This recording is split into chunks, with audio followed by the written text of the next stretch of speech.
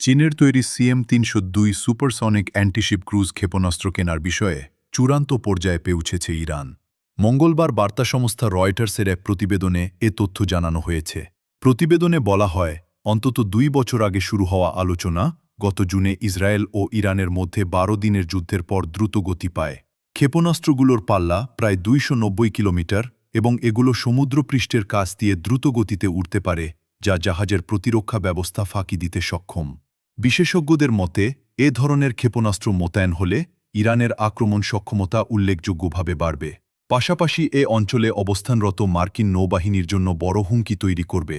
তবে সম্ভাব্য এই চুক্তিতে কতগুলো ক্ষেপণাস্ত্র অন্তর্ভুক্ত রয়েছে, ইরান কত অর্থ পরিশোধে সম্মত হয়েছে, কিংবা আঞ্চলিক উত্তেজনার প্রেক্ষাপটে চীন শেষ পর্যন্ত চুক্তিটি কার্যকর করবে কিনা, সেটি নিশ্চিত হওয়া যায়নি। ইরানের পররাষ্ট্র মন্ত্রণালয়ের এক কর্মকর্তা বলেছেন, ইরানের তার মিত্রদের সঙ্গে সামরিক ও নিরাপত্তা চুক্তি রয়েছে। এখন সেই চুক্তিগুলো কাজে লাগানোর উপযুক্ত সময়।